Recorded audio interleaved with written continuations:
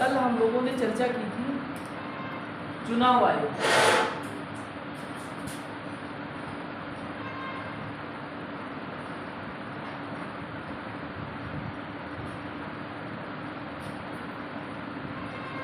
कल मैंने आपको बताया था चुनाव आयोग की स्थापना कब हुई?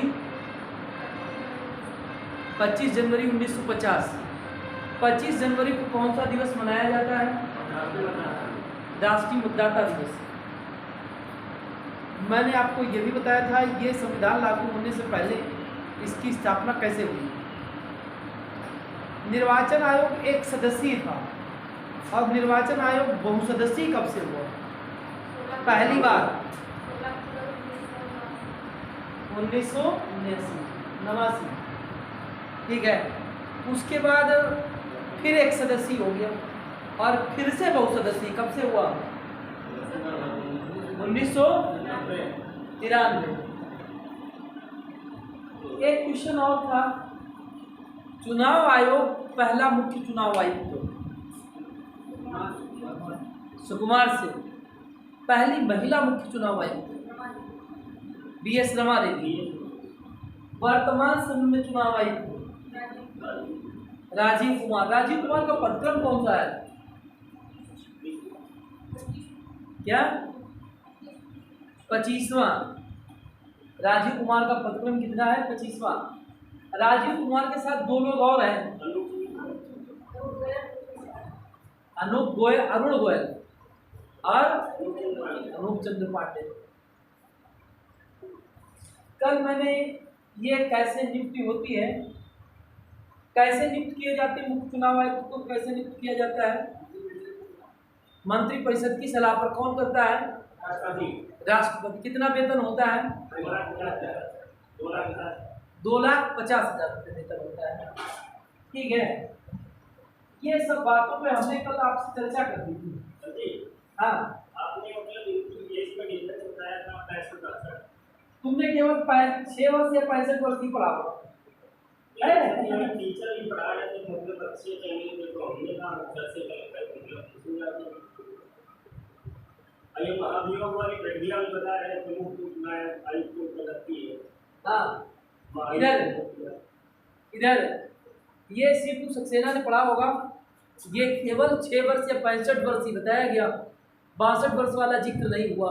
ये पुराने समय वाला बताए भाई। मुख्य चुनाव आयुक्त तो और अन्य चुनाव आयुक्त जब से बटे तब से बताया नहीं, तब से बताए तब 6 वर्ष या 62 वर्ष का जिक्र होगा।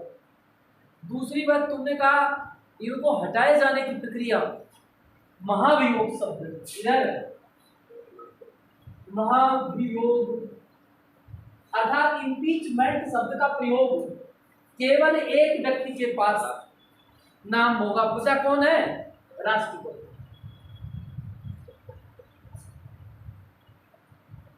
इधर समझिए जरा, इम्पीचमेंट शब्द का प्रयोग, चाहे तुम किसी यूट्यूबर से पढ़ते हो, कितना भी बढ़िया पढ़ते हो, इम्पीचमेंट शब्द का प्रयोग केवल राष्ट्रपति के लिए ये किया जाता है। और इम्पीचमेंट का उल्लेख पता है राष्ट्रपति के संबंध में 56 और 61 में है। 56 में है किस आधार पे लगाया जाएगा और लगाने की प्रक्रिया किसमें है? ठीक है, यहां पर मैंने बताया था हटाया जा सकता है। इधर हटाने की प्रक्रिया बताई थी और हटाने की प्रक्रिया में मैंने बताया था मुख्य चुनाव आयुक्त। मुख्य चुनाव आयुक्त को कैसे हटाया जाएगा? मुख्य चुनाव आयुक्त को वैसे ही हटाया जाएगा जैसे सुप्रीम कोर्ट के न्यायाधीशों को हटाया जाता है, जैसे सुप्रीम कोर्ट के न्यायाधीशों को हटाया जाता है। पर याद रहे, इसे महाभियोग के द्वारा हटाया गया शब्द का प्रयोग नहीं करेंगे।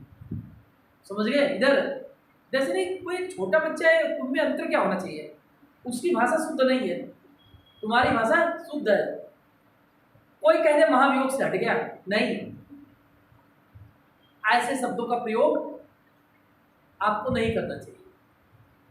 ठीक है, कोई 10th में पढ़ता है, वो बताए महाभियोग, चलो ठीक है, नहीं पता है, ठीक है, नहीं गूगल सर्च, गूगल कोई भगवान थोड़ी ना है।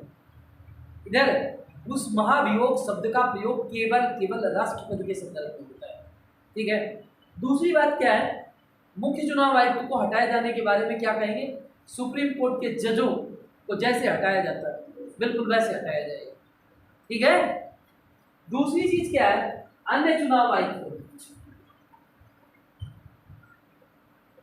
अन्य चुनाव आयुक्त अन्य चुनाव आयुक्तों को कैसे हटाया जाएगा। ठीक है, इसे कहेंगे मुख्य चुनाव आयुक्त की सिफारिश पे राष्ट्रपति द्वारा हटाया जाएगा।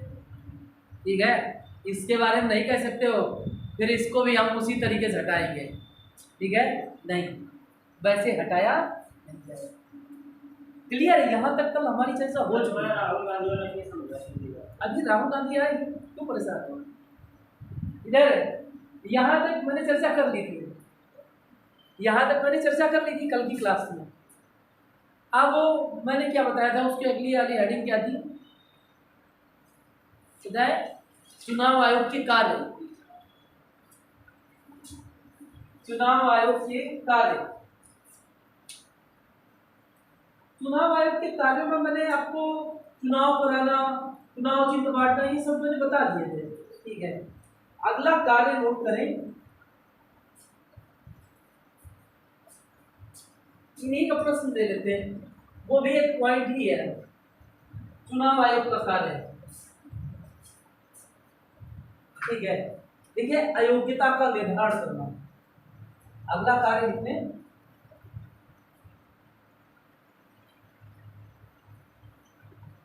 अयोग्यता का निर्धारण करना। बस आ गए पॉइंट, अयोग्यता का निर्धारण करना।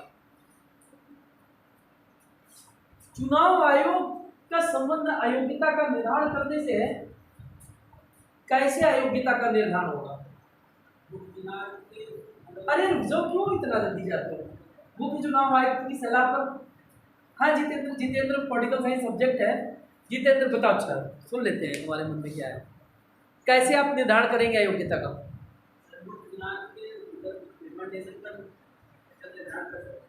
कौन करेगा, राष्ट्रपति करेगा। और अभी राहुल गांधी को हटा दिया स्पीकर महोदय ने।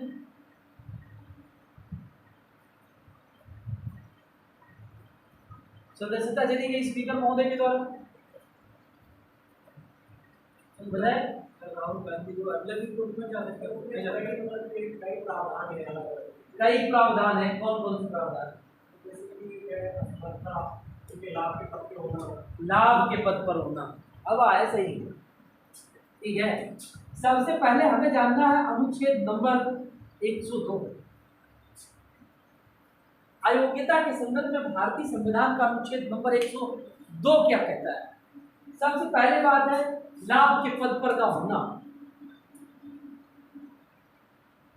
लाभ के पद पर होना।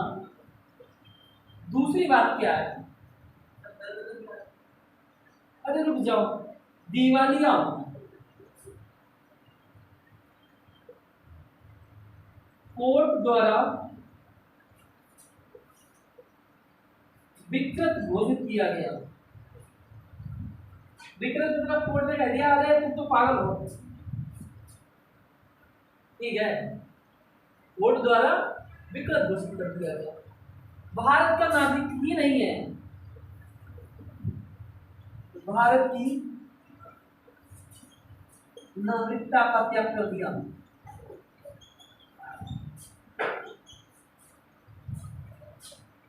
नंबर 5 है दल बदल करना। नंबर 5 है दल बदल करना।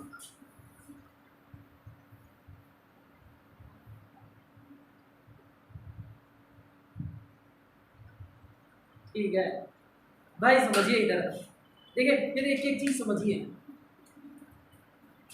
विधिवत सीटू एकदम गूगल गूगल सबको एक किनारे हटाओ। पहली बात तुमको एक बार बताया, मैं किसी की आलोचना नहीं करता हूँ, गूगल गूगल से पढ़ने की आदत बंद कर दो। समझ गए, पढ़ने के लिए किताबों का प्रयोग करो। देखिए किताबें अच्छी रखी हुई हैं, एनसीईआरटी की रखी हुई हैं। अरे एनसीईआरटी बेस्ड किताबें ना पढ़े, एनसीईआरटी के पढ़े। ठीक है, कॉन्सेप्ट क्लियर होगा। ठीक है। इधर सबसे पहले बात कर लेते अनुच्छेद नंबर 102 में क्या कहा गया।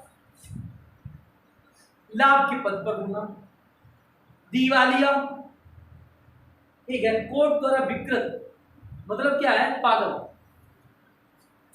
दिवालिया समझ रहे हो, दिवालिया, ठीक है। अगला, भारत की नागरिकता का त्याग कर दिया, आप सांसद हैं, आपने क्या कर दिया, नागरिकता छोड़ दी, नागरिकता छोड़ दी, तो आपको हटाया जाएगा कि नहीं हटाया जाएगा। इधर आपने क्या किया, नागरिकता छोड़ दी, आपको हटाया जाएगा कि नहीं हटाया जाएगा, पहले हमारी बात समझ लें। इधर उसके बाद क्या है, दल बदल दिया आपने पार्टी बदल दी, आप भाजपा के सपा में चले गए, सपा में थे, ठीक है, कांग्रेस में चले गए। अगर ऐसी स्थिति आएगी तब क्या होगा, क्या किया जाएगा, क्या प्रावधान है। अभी आप बता रहे थे राष्ट्रपति जी कर देंगे, स्पीकर कर देंगे,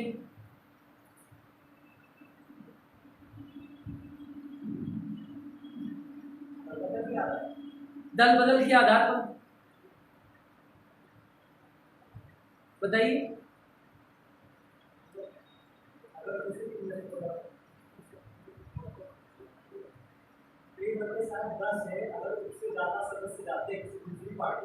एक बटे 10 नहीं, 1/3 सदस्य, हाँ 1/3 सदस्य,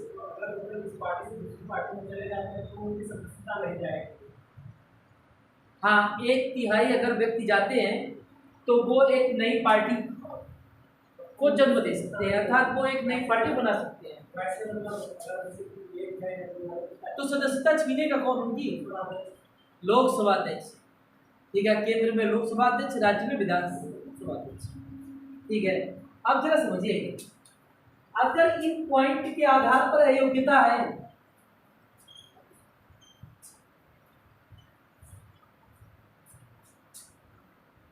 और एक ये पॉइंट है,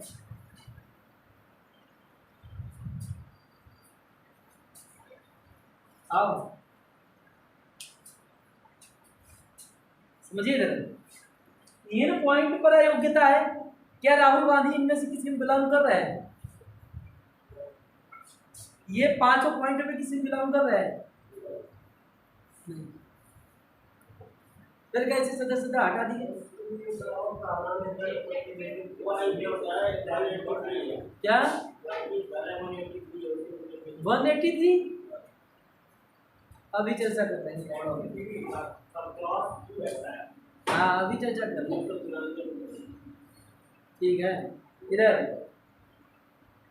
ऐसा है कि इनके तहत ये अगर 4 पॉइंट है, 4 पॉइंट है, तो अनुच्छेद नंबर 103 के तहत, ठीक है, समझिए जरा। अगला अनुच्छेद कौन सा है, अनुच्छेद नंबर 103 के तहत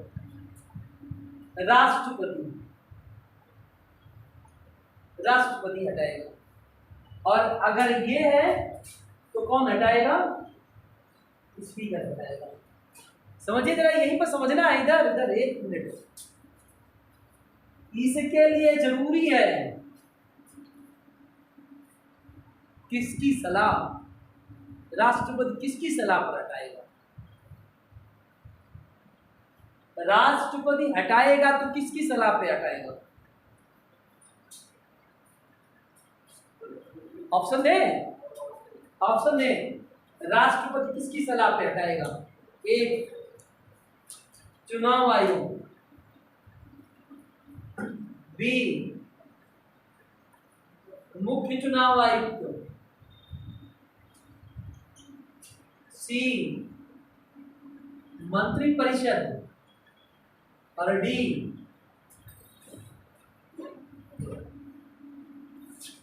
है प्रधानमंत्री। तुम भी सोच रहे होगे सब एक जैसे दिख रहे हैं, बताइए बताइए, तुमने तो पढ़ रखा है। प्रधानमंत्री क्यों बच्चों वाली बातें करते हो, प्रधानमंत्री ये हटा दिया, मुख्य चुनाव आयुक्त की सलाह पर हटाएगा, लो ये भी डिलीट कर दिया, आप लगा देता। मंत्री परिषद की सलाह पर हटाएगा।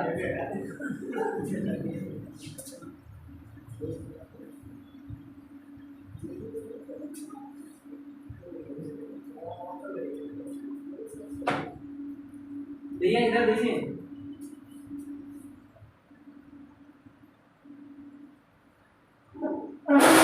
चुनाव आयोग की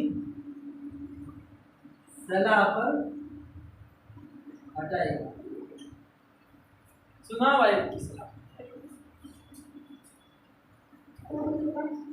क्लियर? कोई दिक्कत यहाँ तक समझिए, इतने अंतर है। व्यक्ति जल्दबाजी में अंतर कर देता है। देखो प्रधानमंत्री को पकड़ के ले आएगा, सीट दिया, ठीक है, कोई दिक्कत यहाँ तक। इधर देखिए, इधर यहाँ पर क्या है, दल बदल के संदर्भ में, ठीक है, स्पीकर महोदय के द्वारा हटाया जाए। राहुल गांधी पर ऐसा कुछ भी हुआ नहीं, ठीक है, फिर भी हट गए, कैसे हट गए?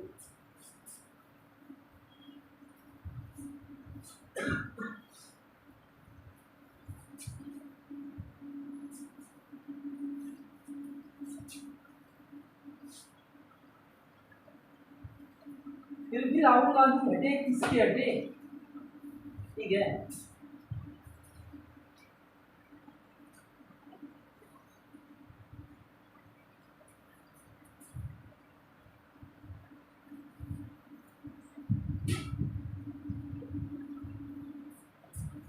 ठीक है। जनप्रतिनिधि अधिनियम 1951,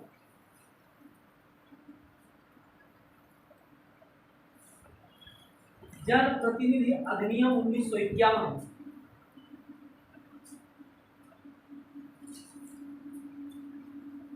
राहुल गांधी को हटाया गया।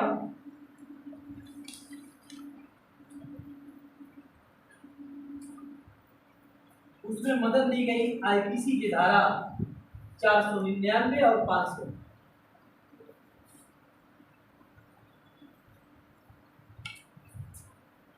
राहुल गांधी को हटाया गया, उसमें रोल क्या है? जनप्रतिनिधि अधिनियम 1951। जनप्रतिनिधि अधिनियम 1951 क्या कहता है? कहता है सांसद या विधायक भ्रष्टाचार में लिप्त हो, किस आधार पे हटाया जाएगा? सांसद या भ्रष्टाचार में लिप्त हो। दूसरी बात क्या है? चुनाव के दौरान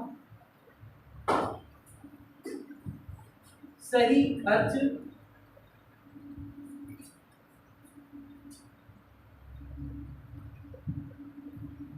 की जानकारी न दी हो। चुनाव के दौरान जो है उसने सही जानकारी न दी, ठीक है। उसके बाद क्या है? भ्रष्ट आचरण हो।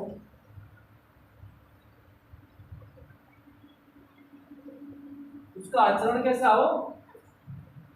तीसरी बात सबसे महत्वपूर्ण है,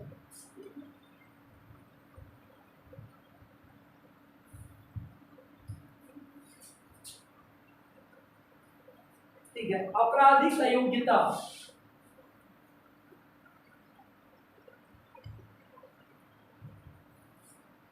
तीसरा है आपराधिक अयोग्यता।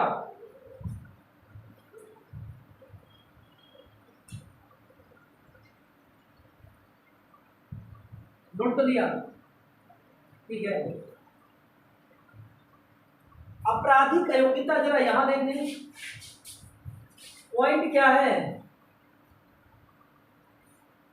रिश्वत ली हो, भ्रष्टाचार किया हो, जमाखोरी की हो,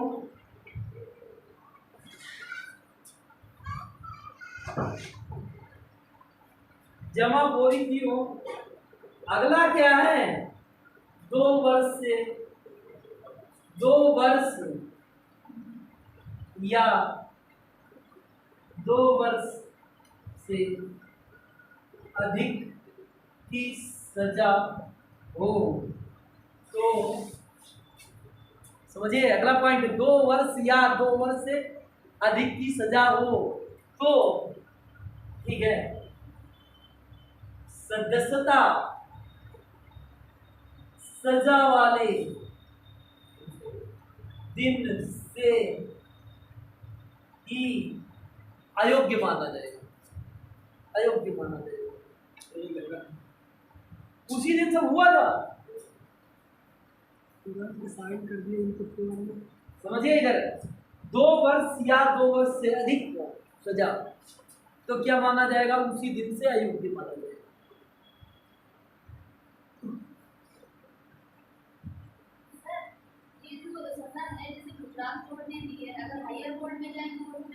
अभी चर्चा कर रहे हैं, हाईवे को जाने का मौका ही नहीं दिया गया। नहीं दिया गया है,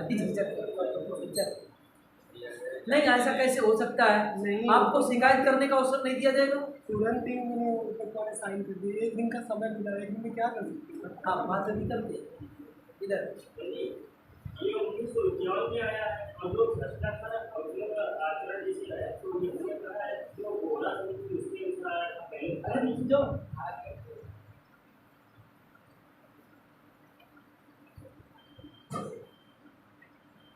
नोट कर लिया।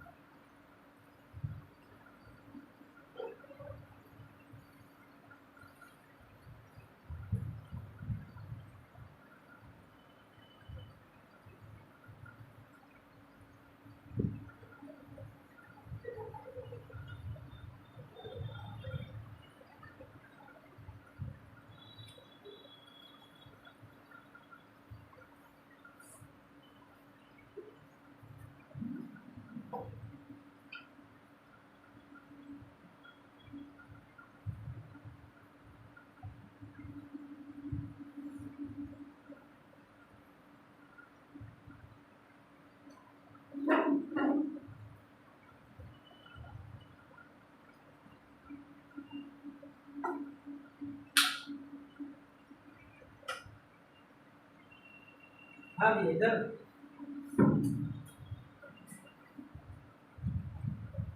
आप बताइए क्या कहना चाहते हैं। हाँ बोलो, बिल्कुल सबको बोलने का अधिकार है।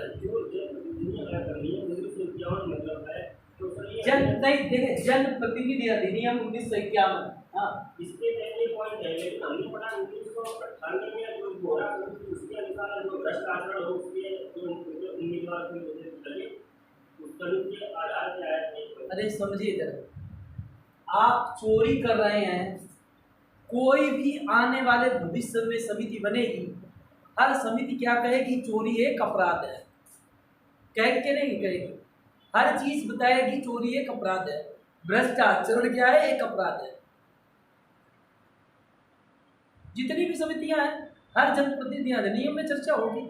और एक मनमोहन सिंह जी इसी पर ऑर्डिनेंस ला रहे थे और मंत्रिपरिषद ने पास कर दिया था, कैबिनेट ने पास कर दिया था, राहुल गांधी ने उसे यही फाड़ दिया। ठीक है, अच्छा रही बात, राहुल गांधी को सूरत न्यायालय ने सजा दी है, राहुल गांधी ऊपरी अदालत में जा सकते हैं, हाई कोर्ट में जा सकते हैं, राहुल गांधी सुप्रीम कोर्ट में जा सकते हैं। अभी तो उनको 6 वर्ष के लिए प्रतिबंधित किया गया, 6 वर्ष तक वो चुनाव नहीं लड़ पाएंगे।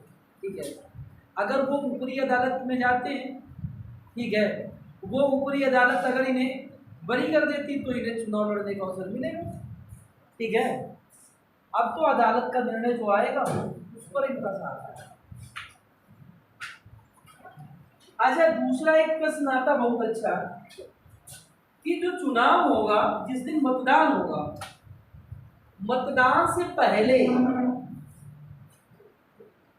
कितना समय पहले चुनाव प्रचार समाप्त किया जाएगा? 24 घंटे, 48 घंटे। अच्छा अच्छा विकल्प लो, और सबसे पहले किसने बताया वही उत्तर देगा। इधर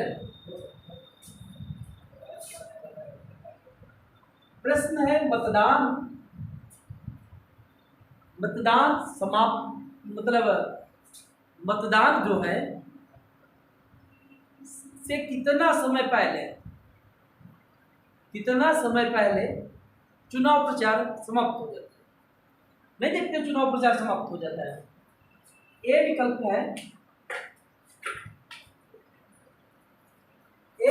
है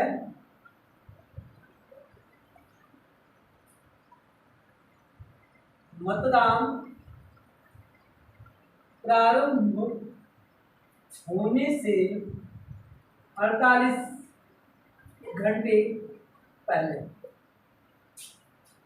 बी विकल्प है मतदान समाप्त होने से 48 घंटे पहले। सी विकल्प है मतदान समाप्त होने से 24 घंटे पहले। डी विकल्प है इनमें से नहीं। याद रखना मैं चारों विकल्प देता रहता हूँ। क्या बी ए। अनिल सबसे पहले बताते। अजीत तुम बताओ इधर। हाँ भैया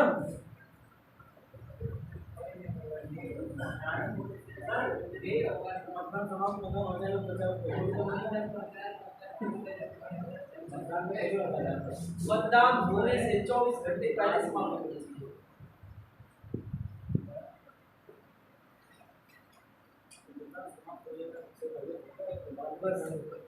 अजीत बताओ ए बी लगाए। तुम्हारा कहने का मतलब है ये सी तो है। तुम्हारा सी है नहीं तुम्हारा मतदान समाप्त लो हटो। मतदान प्रारंभ होने से 24 घंटे पहले। हाँ मतलब तुम्हारा भी है। हाँ अगला तुम्हारा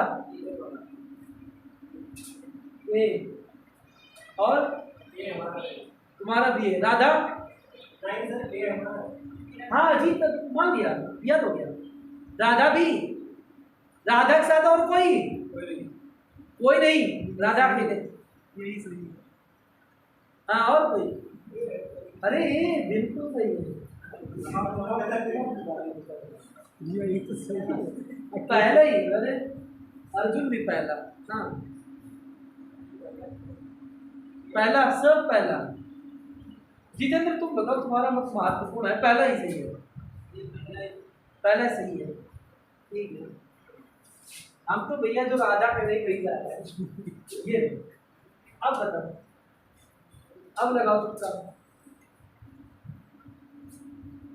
पहला गलत है।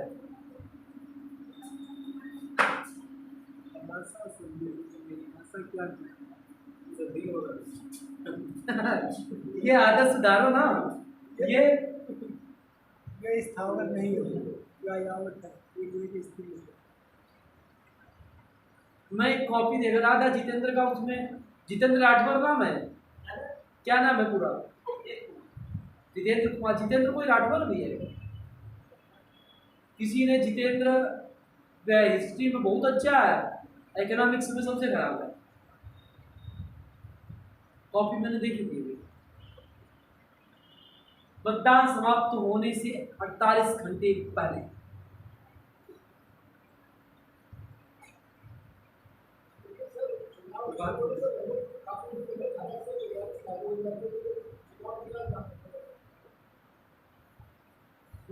पांच लोग इकट्ठा एकत्रित नहीं हो सकते।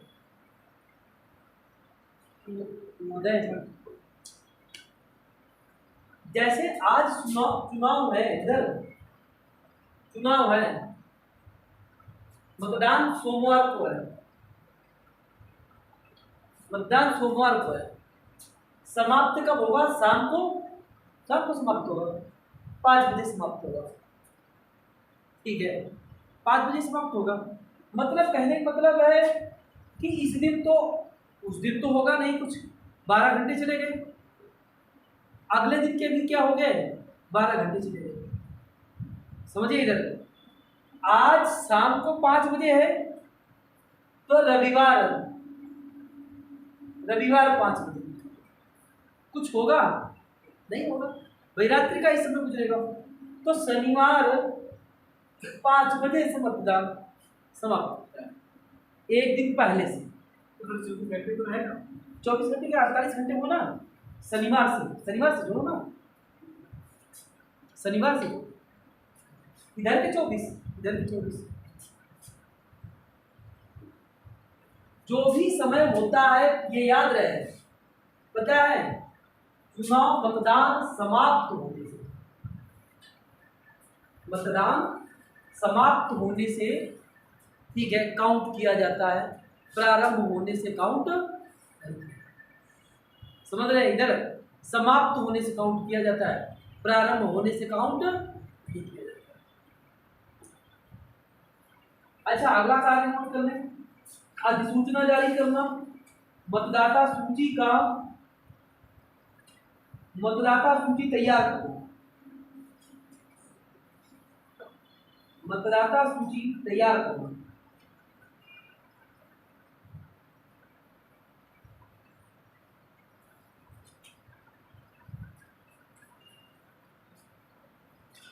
अब आ जाते हैं ईवीएम, इलेक्ट्रॉनिक वोटिंग मशीन।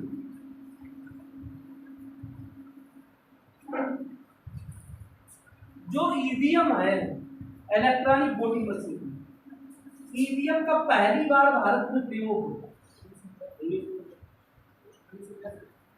बिल्कुल सही, 1982। कहाँ? केरल में, 1982 में केरल में इसका प्रयोग किया गया पहली बार।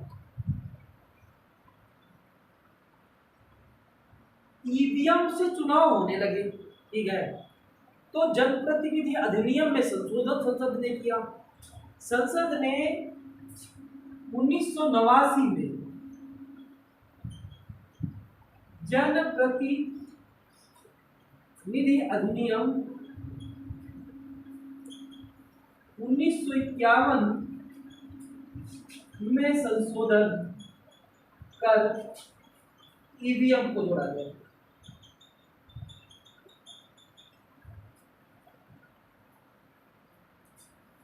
ईवीएम को जोड़ा गया। ईवीएम किस पर आधारित है? एक व्यक्ति एक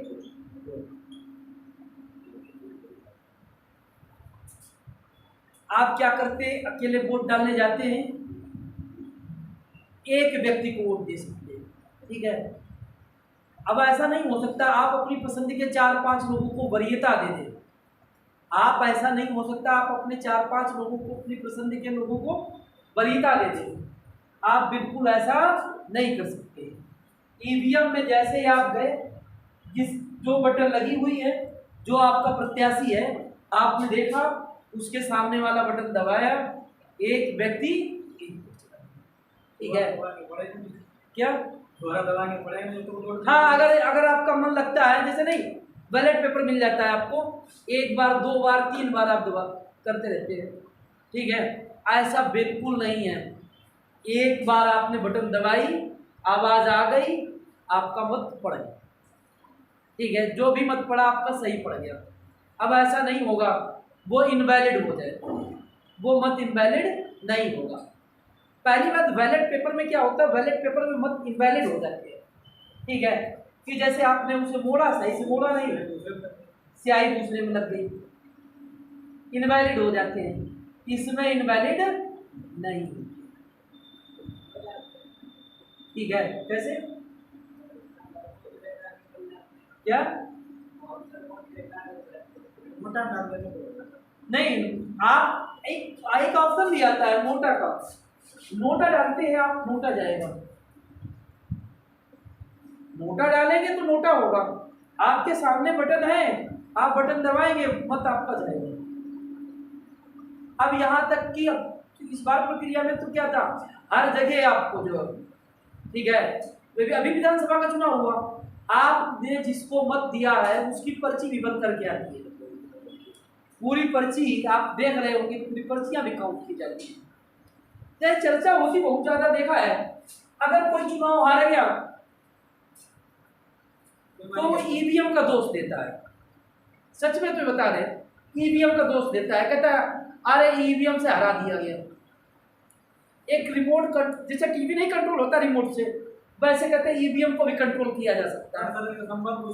ऐसा नहीं, सच बताया ना, ईवीएम की शुरुआत यहाँ से हो रही है। अगर ईवीएम ही कंट्रोल में होता तो कांग्रेस कभी सत्ता से जाती ही नहीं। अगर ईवीएम कंट्रोल में होता, क्या ममता बनर्जी वहां जीतती? क्या पंजाब में सरकार बनती आम आदमी पार्टी की? ईवीएम को दोष देना ठीक नहीं है, ठीक है। दूसरी चीज क्या है, ईवीएम भैया देखे ना, अच्छा ईवीएम पता नहीं लोग कैसे आरोप लगाते हैं, जहां आपका मतदान हुआ, जहां आप वोट देने जाते हैं, ठीक है, क्या वो अधिकारी एक ही पार्टी का होता है? वहां 4-5-6 लोग होते हैं, 6 लोग होते हैं। उसके बाद अगर पुलिस प्रशासन को भी देखें, लगभग 15-20 लोग हो जाते हैं, ठीक है, 15-20 लोग हो जाते हैं। क्या सब वो, उनका विचार क्या सब एक ही राजनीतिक पार्टी से होगा? नहीं हो सकता, ठीक है। जितने जिलाधिकारी होते हैं क्या सब एक ही पार्टी संबंधित हो गए? उनका विचार सबका एक ही पार्टी से होगा? नहीं होगा, ठीक है। तो क्या ईवीएम जैसे मत पड़ता है, इधर देखिए, जैसे यहाँ वोटिंग हुई, वोटिंग हो जाने के बाद ईवीएम पूरा का पूरा सील कर दिया जाता है। और जब ईवीएम सील होता है, पता है, हर पार्टी का वहाँ एजेंट प्रस्तुत होता है, एजेंट भी होता है, एजेंट के सामने वो पूरा का पूरा सील किया जाता है। अगर कोई प्रत्याशी है, वो प्रत्याशी भी देखता है कि हमारे सामने ईवीएम पूरा का पूरा सील हो गया। सील हो जाने के बाद एक स्ट्रॉन्ग रूम में रखा जाता है जिला पे। नहीं, अब तुम्हें हम बता रहे, पूरा का पूरा बता रहे, ठीक है। ईवीएम नहीं देखे, एक कोई झूठी हवा उड़ा रहा हो, इलेक्ट्रॉनिक में संभव नहीं है। नहीं, हम बता रहे हैं, तुम सुनिए पहले। आप वोट डालने जाते हैं, मान लेते हैं वो अधिकारी आपका जानने वाला है, आप गए, उसने कहा ठीक है, एक बार आप, फिलहाल ऐसा कोई नहीं करता है, आप कहते हैं मैंने मत दिया है, ठीक है, एक बार आपने डाला, उसने कह दिया हाँ ठीक है, दूसरा आप डाल दीजिए जाकर। अगर वो, तो उसका सब विरोध करने वाले हैं। मान लो किसी ने विरोध नहीं किया, आपने 2 मत डाल दिए, ठीक है, आपने 2 बार मत डाल दिया, आप एजेंट रहे हैं, आपने किसी खिलाया पिलाया, आपको 10 वोट डालने दिया, उसकी नौकरी के लिए खतरा है। आप एजेंट रहे, पर आपने क्या सील पैक हो जाने के बाद, सील पैक हो जाने के बाद, मतदान समाप्त हो जाने के बाद क्या मत डाला है आप? सर इसमें टाइमर होता है। एक मिनट, हाँ तो वही तो बता रहे, पहले तो आप डाल सकते हैं। अरे वो आम बात है, आप गए डालने के लिए, आपने कहा कि पीठासीन अधिकारी जो है, आपसे ज़्यादा ही संबंध अच्छे हैं, उसने कहा ठीक है डाल दो भाई। वो उसे क्या है, एक कंट्रोल यूनिट होती है, वहाँ से आपको अलाउ देगा, आप जाएंगे, बटन दबाएंगे, आवाज आएगी, ठीक है। अगर ये अलाउ नहीं करेगा तो आपका मत नहीं पड़ेगा।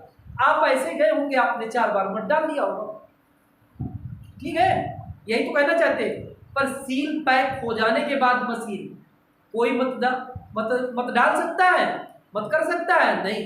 उसके बाद सील पैक हो गई, उसके बाद जहां उसका सेंटर होगा, वो मशीन स्ट्रॉन्ग रूम में रखी जाएगी, और उसके बाद उसकी पूरी वीडियो रिकॉर्डिंग होगी, ठीक है।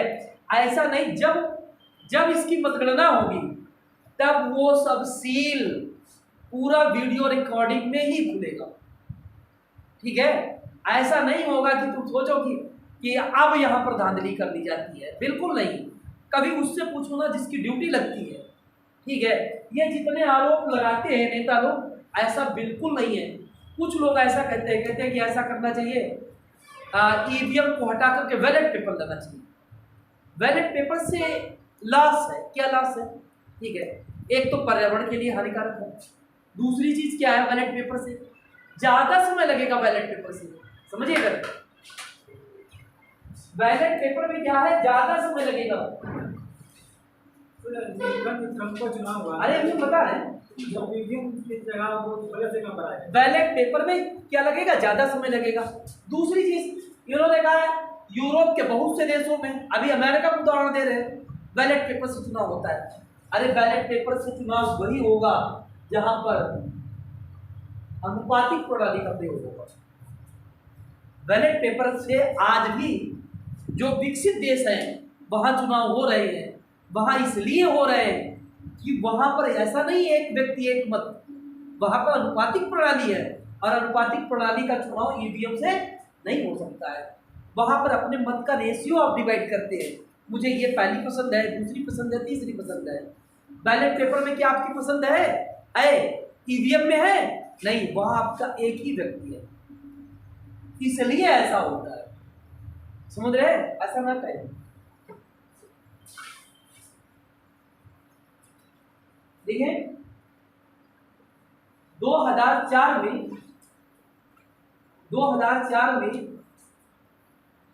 ईवीएम का प्रयोग लोकसभा के चुनाव में हुआ। 2004 में ईवीएम का प्रयोग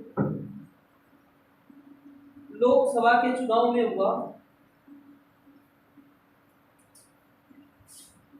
2010 में चुनाव आयोग ने स्वर्ण जयंती समारोह मनाया।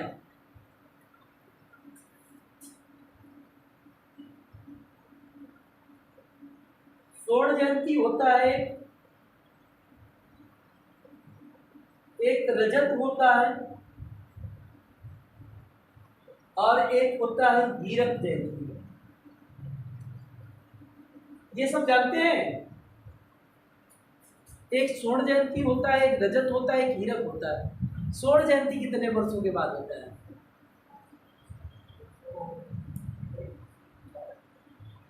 स्वर्ण जयंती कितने वर्षों के बाद होता है? स्वर्ण जयंती 100, ये 25, 50।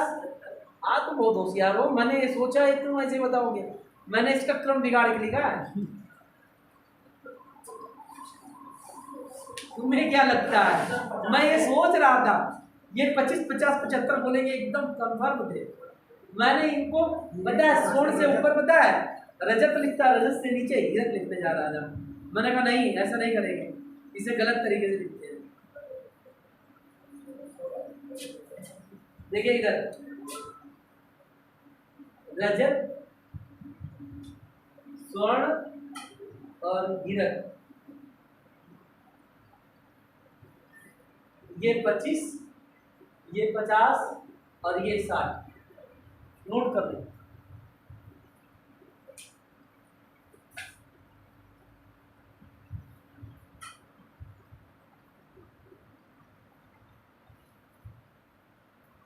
अब हम लोग ईवीएम पता है, ईवीएम का प्रयोग अपने यहाँ नहीं होता है, इसे हम लोग पता है एक्सपोर्ट भी करते हैं। बहुत से देशों में ईवीएम, हमारे यहाँ की ईवीएम से चुनाव होते हैं। देखिए अफ्रीकी देश नामीबिया में ईवीएम से चुनाव कराए गए। अफ्रीकी देश नामीबिया में ईवीएम से, भारतीय ईवीएमों से चुनाव कराए गए।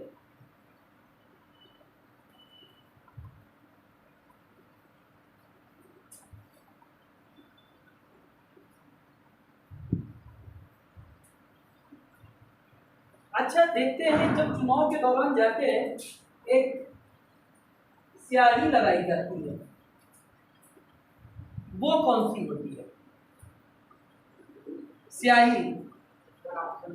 सही बोलना, सल्फ्यूरिक अम्ल मत बोलना, बहुत माने क्या करते। सिल्वर ब्रोमाइड, सिल्वर ब्रोमाइड नहीं।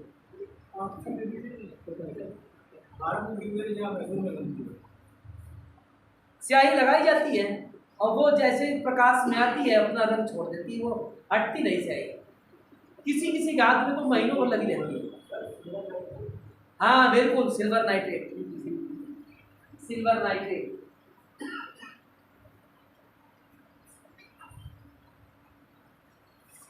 अच्छा, आपके पास एक वोटर आईडी कार्ड मिला होगा। ये वोटर आईडी कार्ड किस अधिनियम के द्वारा मिलता है? मतदाता पहचान पत्र किस अधिनियम के द्वारा मिला? लिखे वोटर आईडी कार्ड अर्थात मतदाता पहचान पत्र जनप्रतिनिधि अधिनियम 1958 के द्वारा मिला।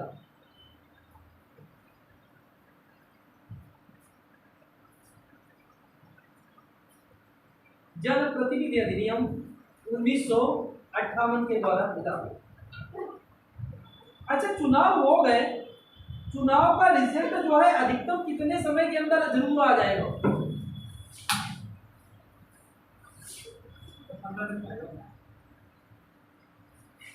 क्या करें?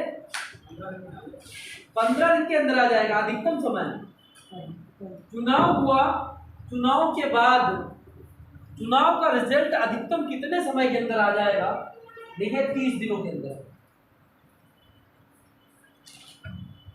चुनाव परिणाम 30 दिनों के अंदर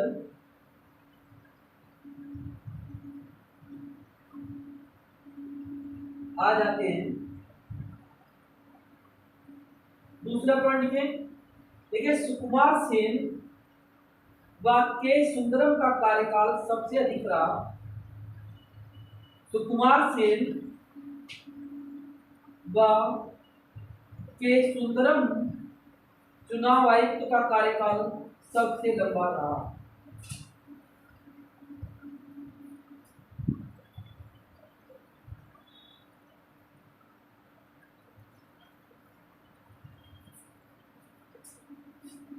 अच्छा, अब एक प्रश्न आ जाता है निम्नलिखित में से किस समिति का संबंध चुनाव आयोग से नहीं है? समितियां कुछ आ जाती है, लिख लीजिए संबंधित चुनाव आयोग से संबंधित समितियां।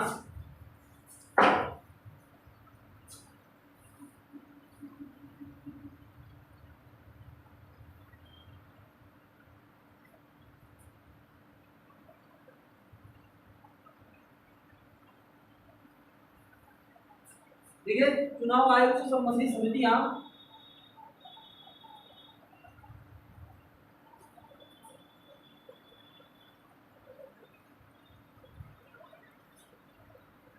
दिखा देना, मैदान में आ जाता है मैदान पे।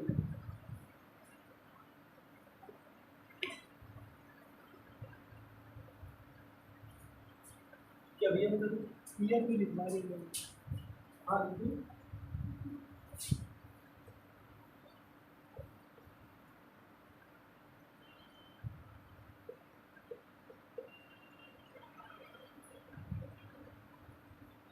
इंद्रजीत गुप्ता समिति 98।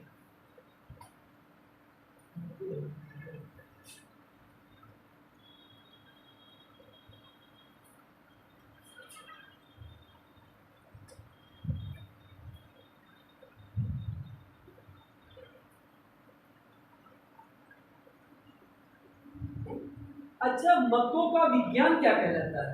एक प्रश्न आया हुआ है एग्जाम में, मतों का विज्ञान। अच्छा, जैसे तुम नहीं पढ़ते हो ओफियोलॉजी में किसका अध्ययन करते हैं? सर्पों का अध्ययन करते हैं। पीसी कल्चर में किसका करते हैं? पीसी कल्चर मत्स्य पालन। एपी कल्चर मधुमक्खी पालन। बीटी कल्चर अंगूर का। ठीक है। सारोलॉजी छिपकलियों का। माइकोलॉजी कवकों का। फाइकोलॉजी शैवालों का। ठीक है। उसी प्रकार मतों का अध्ययन किसमें करते हैं? बताओ। मतों का अध्ययन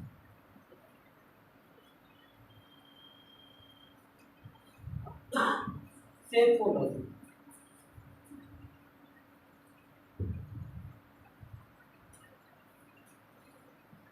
लिख लिया। अच्छा एक बात बताओ,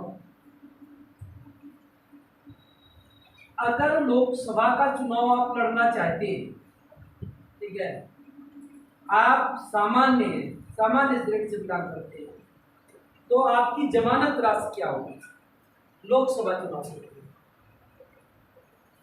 लोकसभा जमानत राशि सामान्य श्रेणी में होगी। अच्छा, एससी एंड एसटी है, बताए।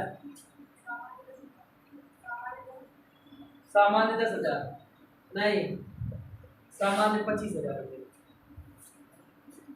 12,500 रुपये। अगर आप विधानसभा का चुनाव लड़ना चाहते हैं,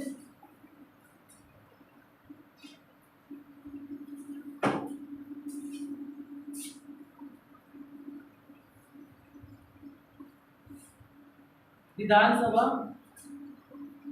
जमानत राशि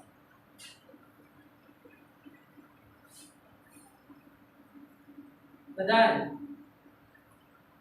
सामान्य है, आप एससी एंड एसटी क्या क्या राशि है?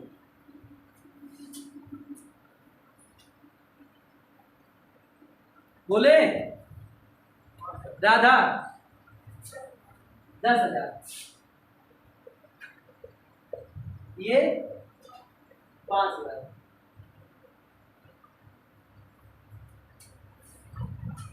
10,000 और 5,000,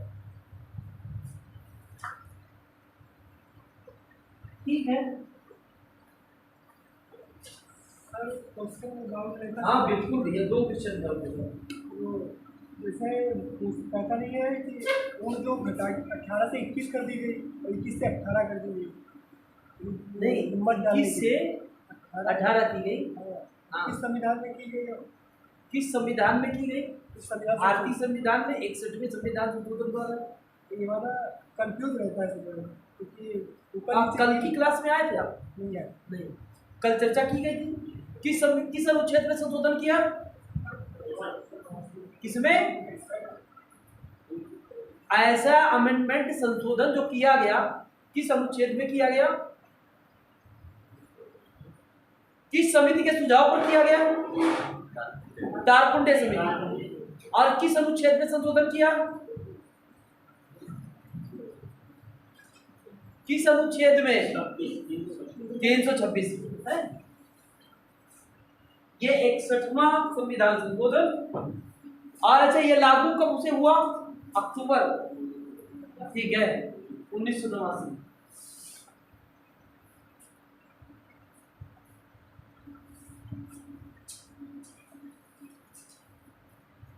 आज आके चर्चा करते हैं हम लोग एक अलग। हाँ तो चुनाव में जो अच्छा होता है, हाँ, तो इसके लिए कोई मतलब कोर्स बनाया जाता है या कोई लाइसेंस बनाया जाता है, मतलब पैसा फंड मतलब देता है चुनाव लड़ने के लिए? पैसा फंड देता है कि आप चुनाव लड़ें, जी, ठीक है। देखिए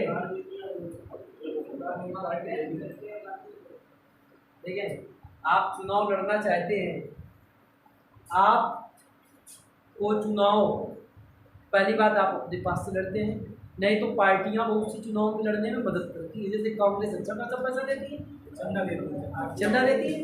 आरबीआई ने बॉन्ड जारी किया है। हाँ, आरबीआई समय समय पर बॉन्ड जारी करती है। अब कुछ पार्टियां लेती भी है सीट देने के लिए, वो अलग बात है। एक और टॉपिक है हमारा संघ लोक सेवा आयोग।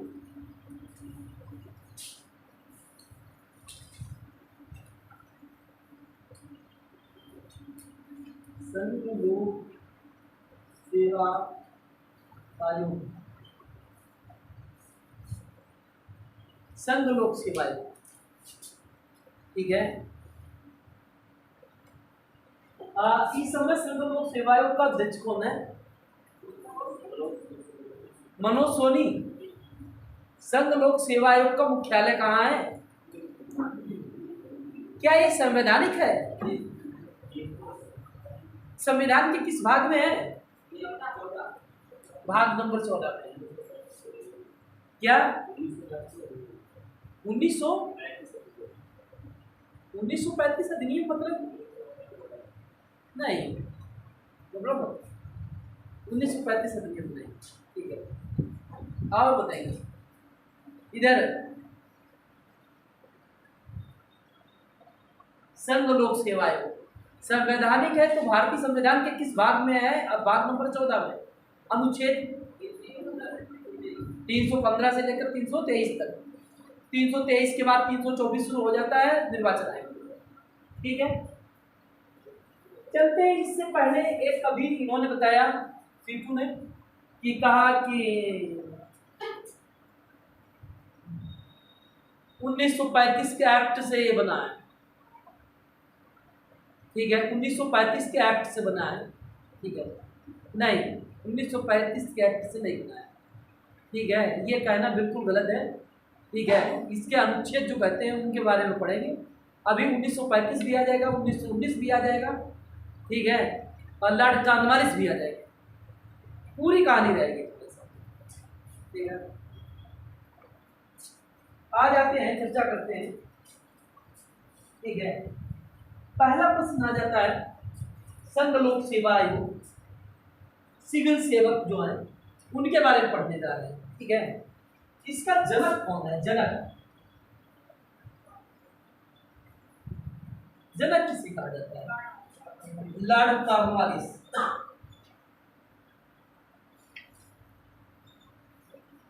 लॉर्ड कॉर्नवालिस जनक है। ये लॉर्ड कॉर्नवालिस वही है जिसने पता क्या दिया? कोई विशेषताएं बताइए इसके 2-3 ना। अगर विशेषताएं पता हो तो यही बता दीजिए इसकी समाधि कहाँ है? गाजीपुर में। ठीक है, अन्य विशेषताएं बताइए।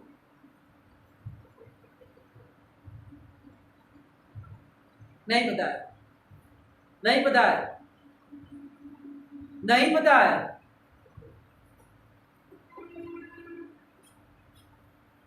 भैया स्थायी बंदोबस्त तो पता ही होना चाहिए। इतना समय लगाते स्थायी बंदोबस्त किसने शुरू किया? नागरिक सेवा का जनक किसे कहा जाता है? पता है? सब लॉर्ड कॉर्नवालिस। जनक कौन है? Lord Cornwallis. सिविल सेवा के बारे में पढ़ा रहे हैं, समझना थोड़ी देर। लॉर्ड कॉर्नवालिस जो है ने कॉर्नवालिस कोड दिया।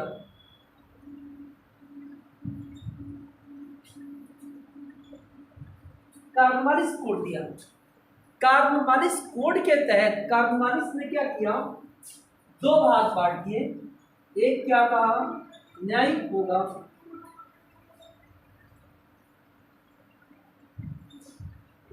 प्रशासनिक होगा। जो न्यायिक होगा उसमें जज बनेंगे, प्रशासनिक होगा उसमें लोक सेवा, सिविल सेवक, सिविल सेवक।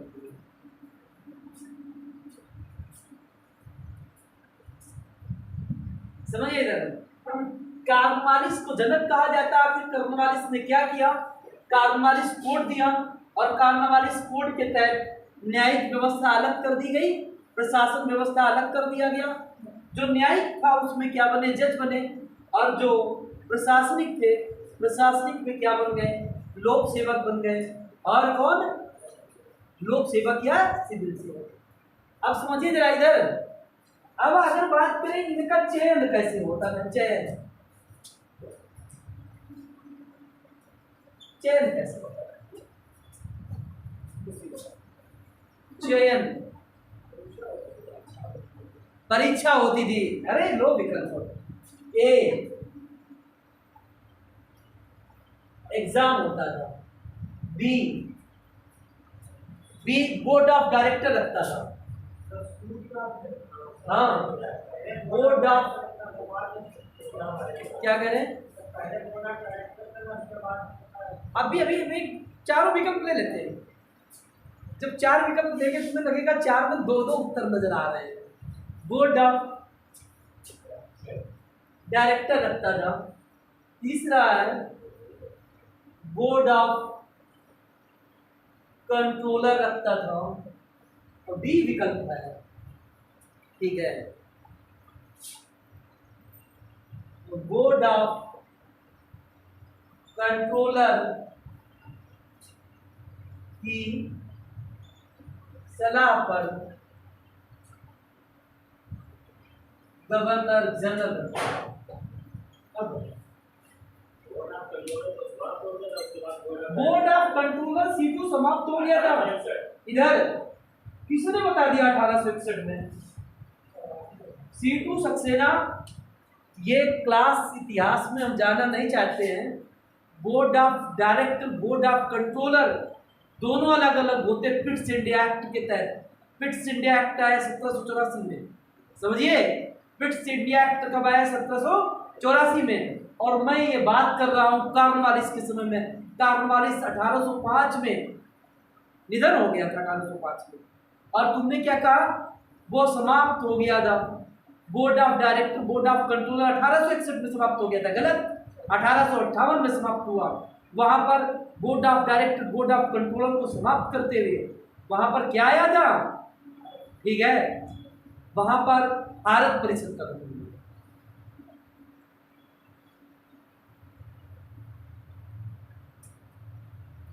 ये आपके सामने विकल्प है।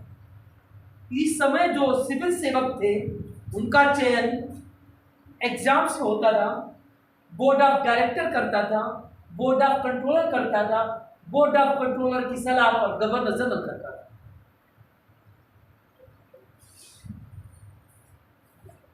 बताइए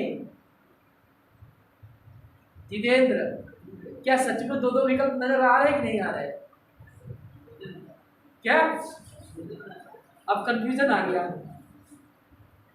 लोगों को पता चलता है जैसे कि मुझे सब पूरी जानकारी है।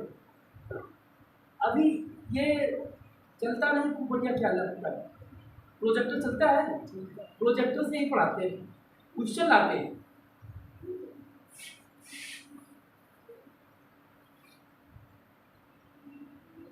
बताए डी ऑप्शन। और भाई बोलो, सब लोग बोलो। आपका बी। और कोई? हाँ तुम्हारा भैया बताओ। अभी आप बोले थे बहुत जल्दी से, तब मैंने कहा आपसे विकल्प ले लीजिए। नहीं, तब आपने बोर्ड ऑफ डायरेक्टर बोला था, अब बोर्ड ऑफ कंट्रोलर चेंज कर दिया आपने। बताए, मैंने कहा विकल्प ले लीजिए, उसके बाद आप चुप हो गए। बताए सी।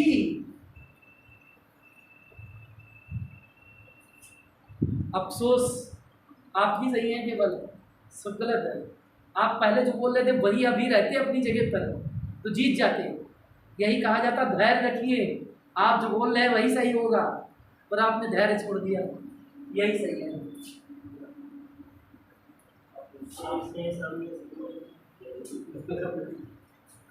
इन्होंने अपना उत्तर ही चेंज कर दिया। तभी कहते बड़ा जल्दी से व्यक्ति इधर से उधर भूल जाता है।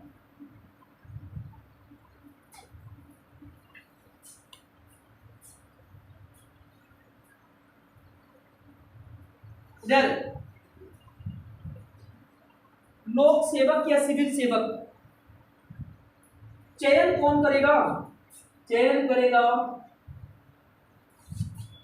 Board of director. Board of director किस आधार पर करेगा? पता, मनमाने, जो मन आ गया, जिसे अच्छा लगा उसको कर दे। कोई ऐसे परीक्षा एग्जाम कराने के संदर्भ में कोई ऐसा नियम नहीं था। मन आया रख लिया, मन आया हटा दिया, मन वाले तरीके से। ठीक है, यहां पर लिखते हैं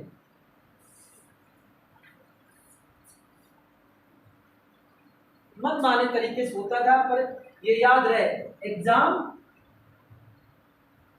नहीं होता। अब क्या हुआ समझिएगा, इनको ट्रेनिंग दी जाती थी। ट्रेनिंग कहाँ दी जाती थी?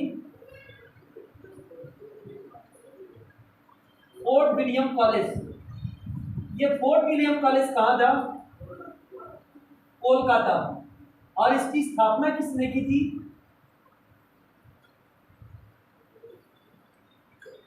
वेलेस्ली ने। और पता है एक और कॉलेज था जिस पता लंदन में,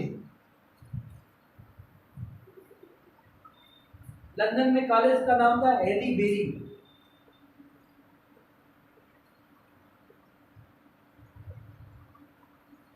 हेली बेरी कॉलेज। और इस कॉलेज में भी क्या होता था, यहाँ भी ट्रेनिंग दी जाती, यहाँ भी ट्रेनिंग दी जाती। अब एक एक्ट आता है चार्टर एक्ट, कब? 1853 का। चार्टर एक्ट 1853 का आया। अब यहाँ तक यही चर्चा चलने लगी थी कि भाई जो अधिकारी आ रहे हैं, प्रशासनिक अधिकारी आ रहे हैं, वो खूब योग्य नहीं है। तो चार्टर एक्ट आया और इस चार्टर एक्ट के तहत एक समिति बनती है जिसका नाम था मैकाले समिति। और मैकाले समिति ने सुझाव दिया, क्या सुझाव दिया? क्या होना चाहिए? एग्जाम होना चाहिए। सुझाव कब दिया? 1854 में। मैकाले समिति ने सुझाव दिया, क्या होना चाहिए? सुझाव क्या होना चाहिए? एग्जाम होना चाहिए।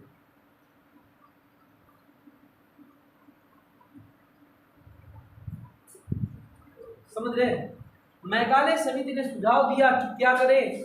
एग्जाम कराएं और एग्जाम होना चाहिए। आयु सीमा क्या निर्धारित की गई थी? 18 से लेकर के 23 के बीच। 18 से 23 के बीच के लोग होंगे वो अप्लाई करेंगे। एग्जाम कहाँ होगा? लंदन में एग्जाम होगा। लंदन में एग्जाम होगी।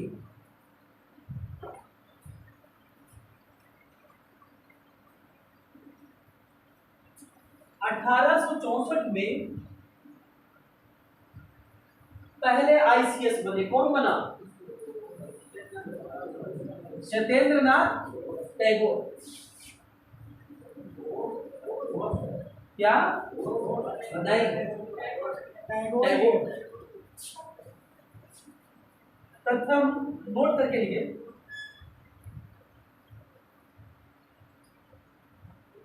आईसीएस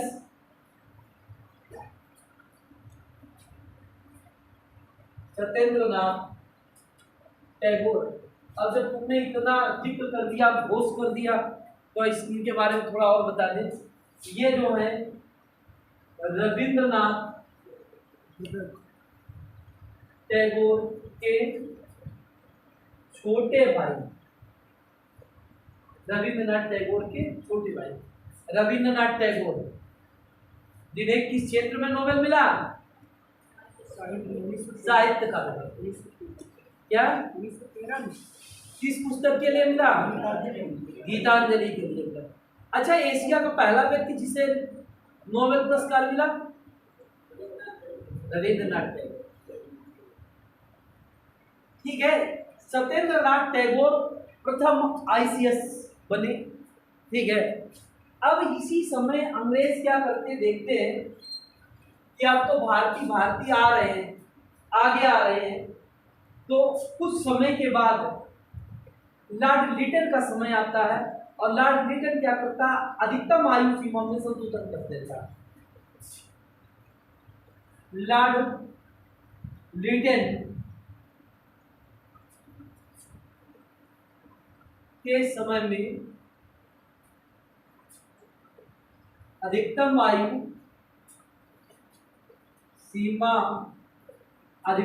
सीमा को घटाकर 19 वर्ष कर दिया गया। जो अधिकतम आयु सीमा थी उसे लॉर्ड लिटन ने घटाया और घटाने के बाद कितनी कर दी? 19 वर्ष। इसके जवाब में एक विरोध में सुरेंद्रनाथ बनर्जी ने एक संस्था बनाई थी। सुरेंद्रनाथ बनर्जी, बताएं, सुरेंद्रनाथ बनर्जी ने एक संस्था बनाई थी। कब बनाई थी? 1876 में। Indian national association, Indian national association.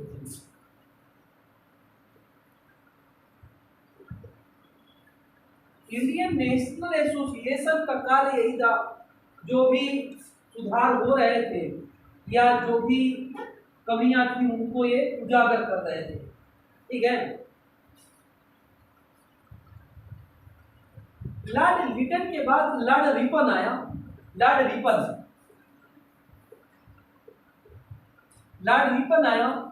Ripon ने जो लिटन का संशोधन था उसे रद्द कर दिया।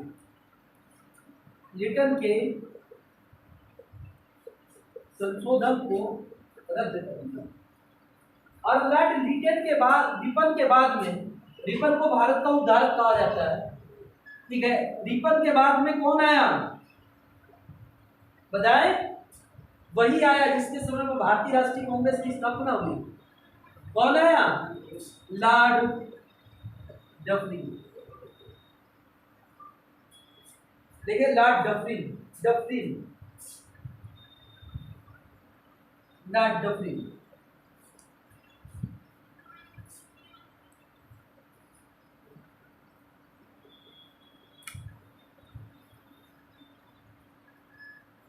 समझे इधर?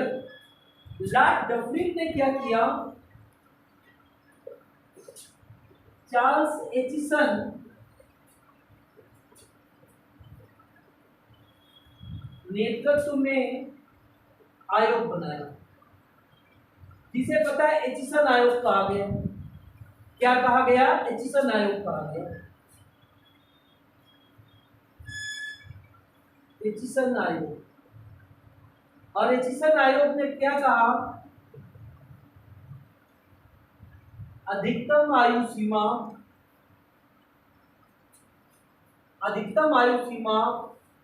23 वर्ष रहेगी। और दूसरी बात क्या कही? जो पद है, जो पोस्टें हैं, वो पोस्ट होती थी उच्च पद, और एक होता था निम्न पद। समझे? उच्च पद अंग्रेजों को दिया जाता था, निम्न पद भारतीयों को दिया जाता था।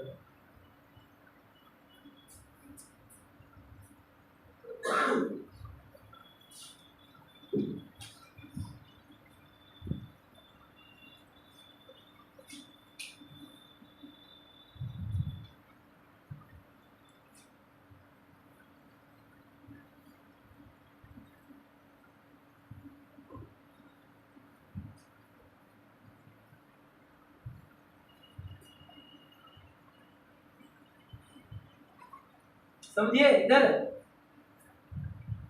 लॉर्ड डफरिन ने क्या किया?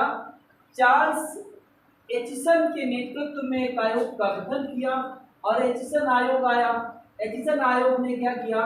अधिकतम आयु सीमा जो थी वो पता घटा करके कितनी कर दी? वो बढ़ा दिया, फिर से 23 वर्ष कर दिया। और कहा जो पद है, एक उच्च पद है, एक निम्न पद है प्रशासनिक। उच्च पद में अंग्रेज रहते थे, निम्न पद भारतीय रहते थे। ये व्यवस्था उसने क्या कर दी? समाप्त कर दी। ये व्यवस्था उसने समाप्त कर दी। कहा ऐसा नहीं होगा।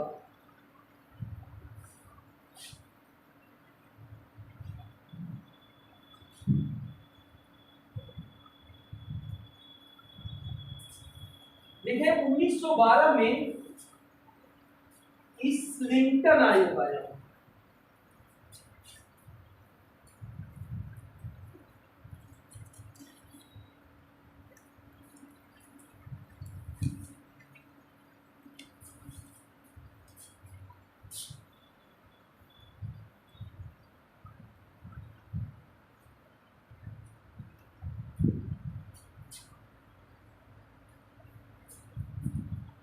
1912 में, ठीक है। इसने क्या कहा पता है, इसने कहा जो एग्जाम है वो केवल लंदन में ही नहीं होने चाहिए। जो एग्जाम है लंदन के साथ साथ भारत में भी होना चाहिए। एग्जाम जो होंगे वो लंदन के साथ साथ भारत में भी होना चाहिए, ठीक है। इसके बाद क्या होता है, 1919 का एक्ट आता है। 1919 का जो एक्ट है वो किस नाम से जाना गया? 1900 मॉन्टेग्यू चेम्सफोर्ड सुधार, और 1909 का मार्ले मिंटो सुधार, ठीक है। अच्छा, मॉन्टेग्यू चेम्सफोर्ड, इसमें जो है वो भारत सचिव कौन था? मॉन्टेग्यू, सही है। इधर इस एक्ट में भी यही कहा गया जो एग्जाम है भारत में भी हो, और 1922 में एग्जाम लंदन के साथ साथ भारत के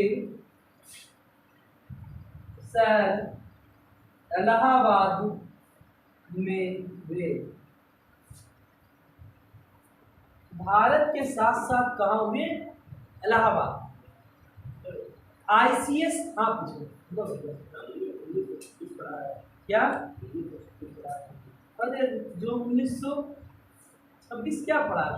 1926 में पढ़ा होगा तुमने, संघ लोक सेवा आयोग का गठन हुआ क्या? वो भी गलत पढ़ा होगा, ली आयोग वगैरह पढ़ा होगा। अभी यहाँ आ जाओ, 1922 सीटू सक्सेना सही पढ़ा था। 1922 में एग्जाम हुए, कहाँ हुए? ठीक है, इलाहाबाद में। अच्छा, एक ये बताओ, इलाहाबाद में पहला भारत का शहर जहाँ एग्जाम हुआ इलाहाबाद शहर, दूसरा शहर कहाँ था? आपने तो पढ़ा है। दूसरा शहर हुआ, बताओ। ऐसे तुम सोच रहे हो जैसे हमें लगता है बड़ा बड़ा आंसर है। बताओ, दूसरा शहर पढ़ा है?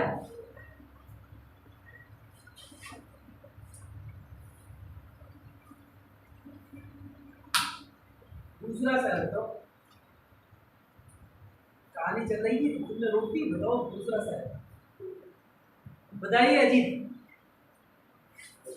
क्या नहीं पता है? नहीं पता है दूसरा शहर कौन था? नहीं पता है क्या? सही बोल रहे हैं, बोलिए। दिल्ली, हाँ। पहला शहर ये था, दूसरा शहर दिल्ली, ठीक है। दूसरा शहर क्या था? दिल्ली, ठीक है। हैरी नाले लिखे ली आयोग। सर वर्तमान में कहाँ होते? वर्तमान समय में कहाँ एग्जाम पूछते थे? एग्जाम लखनऊ में भी होते थे।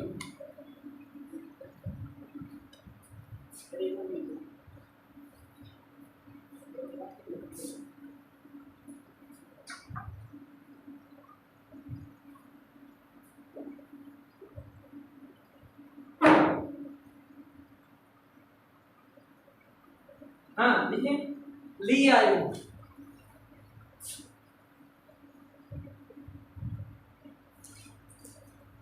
ली आयोग 1923। रिपोर्ट कब आई? 1924। और ली आयोग के सुझाव पर ही 1 अक्टूबर 1926 को ऑल इंडिया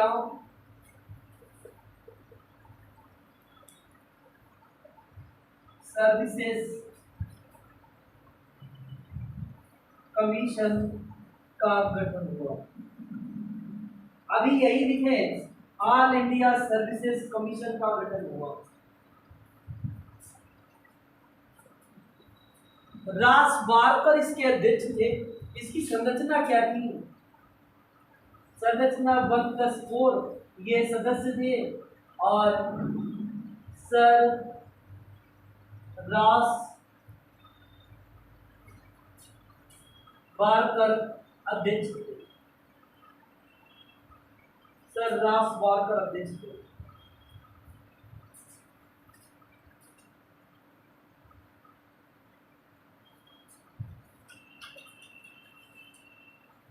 बेटा ने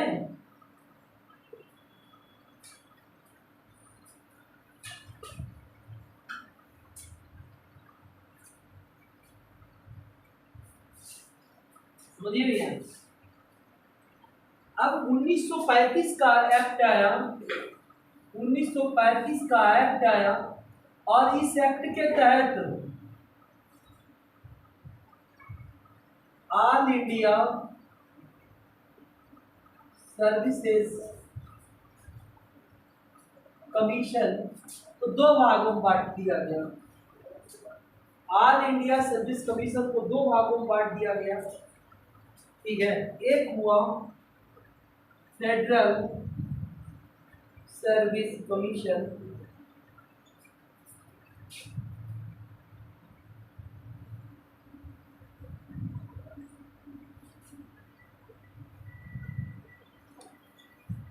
एक हुआ फेडरल सर्विस कमीशन, एक हुआ provincial service commission. Provincial service commission शायद इसकी तुमने पहले चर्चा की थी। फेडरल सर्विस कमीशन एक प्रोविंशियल सर्विस कमीशन, और इसकी स्थापना हो गई 1 अप्रैल 1937 को। 1 अप्रैल 1937 को फेडरल सर्विस कमीशन की स्थापना हुई 1 अप्रैल 1937 को।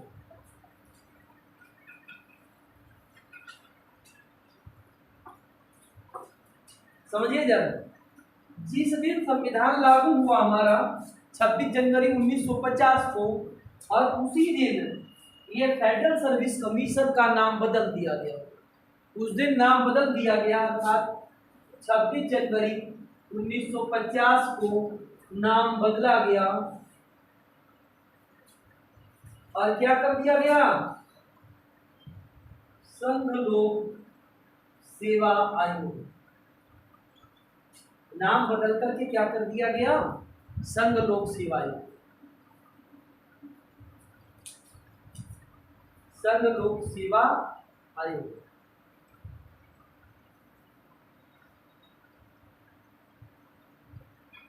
लिख लिया? ठीक है, ये तुम्हारा आज का जो संघ लोक सेवा आयोग है कब आया है? ठीक है, इसका नाम विधिवत 26 जनवरी 1950। इधर समितियां बनी,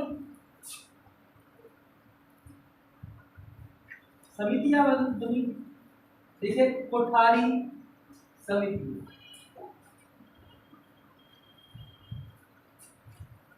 कोठारी समिति,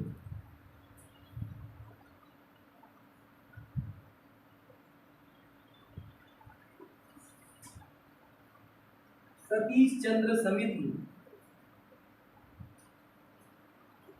होता समिति,